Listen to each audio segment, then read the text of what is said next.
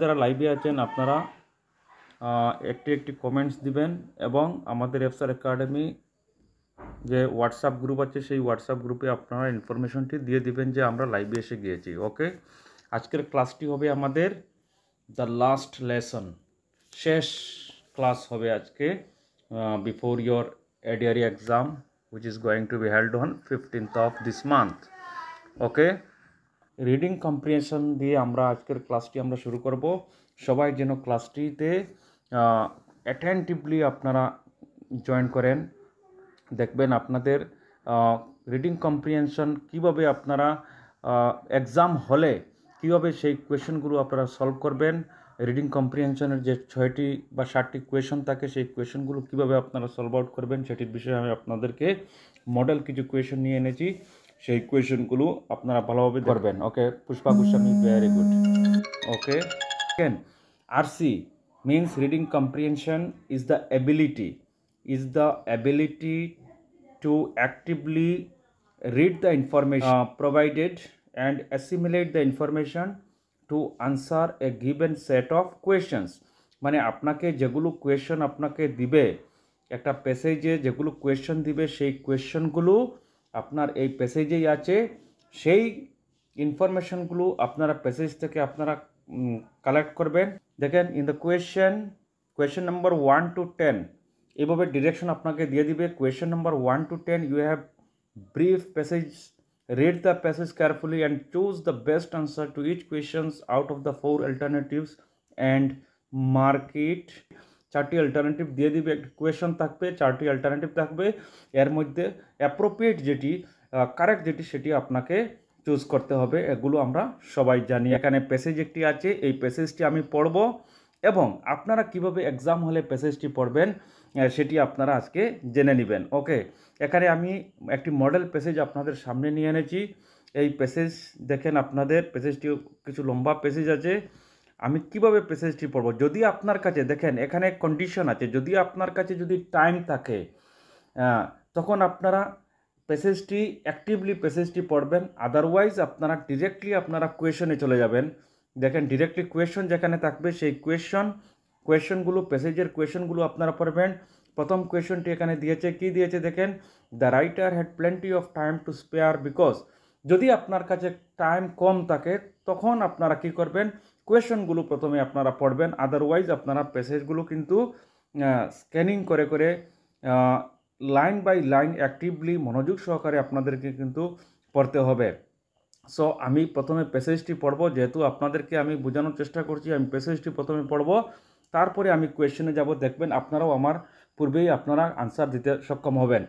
দেখেন প্যাসেজটিতে কি লেখা আছে, এখানে প্যাসেজে লেখা আছে, as my train was not due to leave for another hour, I had plenty of time to spare. After buying some magazines to read on the journey, I made my way to the luggage office to collect the heavy suitcase I had left there 3 days before. সবাই বুঝতে পারছেন এখানে কি বলছে সেন্টেন্সে। তারপরে বলছে, there were only a few people waiting and I took out my wallet to find the receipt for my case. The receipt did not seem to be where I had left it. I emptied the contents of the wallet and the railway tickets, money scraps of paper and photographs tumbled out of it.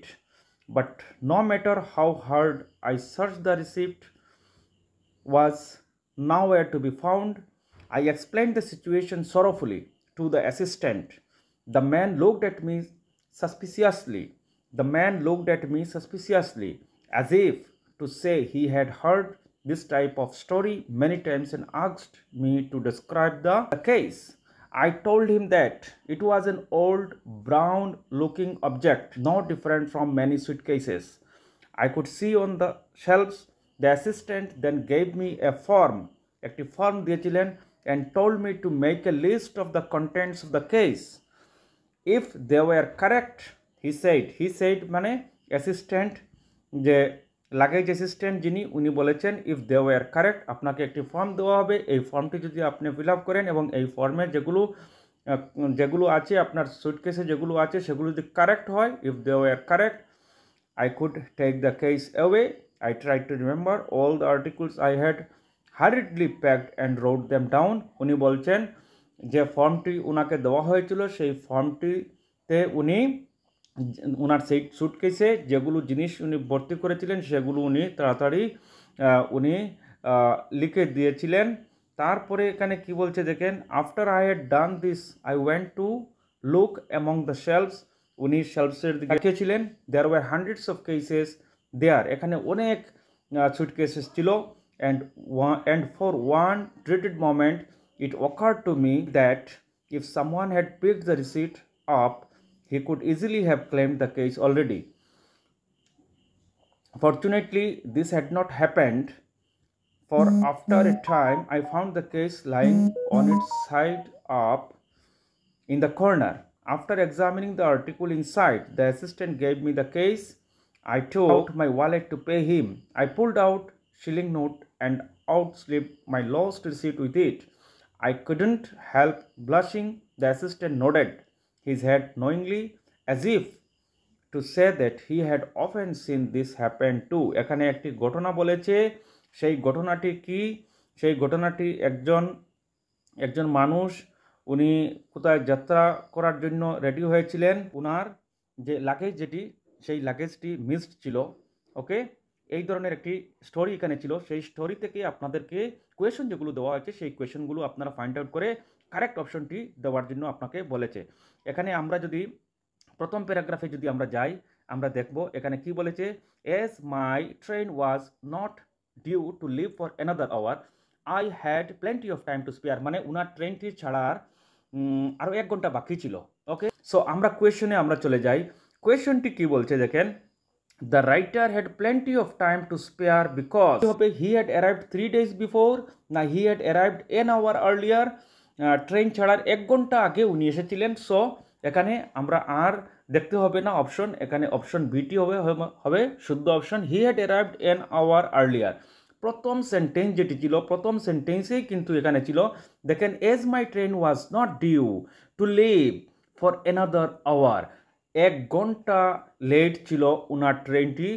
I had a plenty of time to spare, the writer needed the receipt, the writer needed the receipt, ওনার রিসিটটি প্রয়োজন ছিল। The writer needed the receipt to claim his suitcase, না to pay at the luggage office, luggage অফিসে pay করার জন্য ওনার রিসিটটি প্রয়োজন ছিল। To prove that he had paid at the luggage office, or option D দিয়েছে। আমি স্টোরিটি বলেছি, আপনারা বলতে পারবেন এটির আনসার আপনারা বলতে পারেন to prove that he had bot the suitcase. এই কোয়েশনটি কী হবে, যে উনি রিসিট নিয়ে যে লাগেজ অফিসে গিয়েছিলেন because to claim his suitcase, ওনার সুটকেসটি কালেক্ট করার জন্য, to claim his suitcase. Okay, এটির অপশন হবে অপশন এ।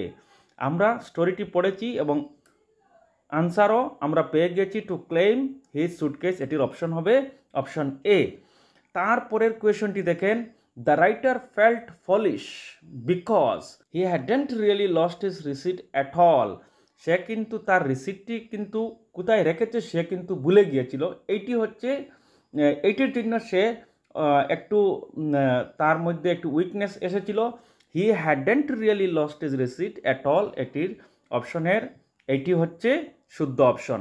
তারপরে there were not dash people waiting at the luggage room, luggage রুমে মানুষ ছিল কি ছিল না, এখানে প্যাসেজ যদি আমরা পড়ি, প্যাসেজে আপনারা পেয়ে যাবেন। দেখেন এখানে কোথায় লেখা আছে, দেখেন, there were only a few people, only a few people মানে কিছু মানুষ, অনলি এ ফিউ পিপুল কিছু মানুষ এখানে লাগেজ রুমে ছিলেন। There were only a few people waiting, only a few মানে কিছু সংখ্যক মানুষ এখানে ছিলেন। সো এই কোয়েশনের আনসার কি হবে, দেয়ার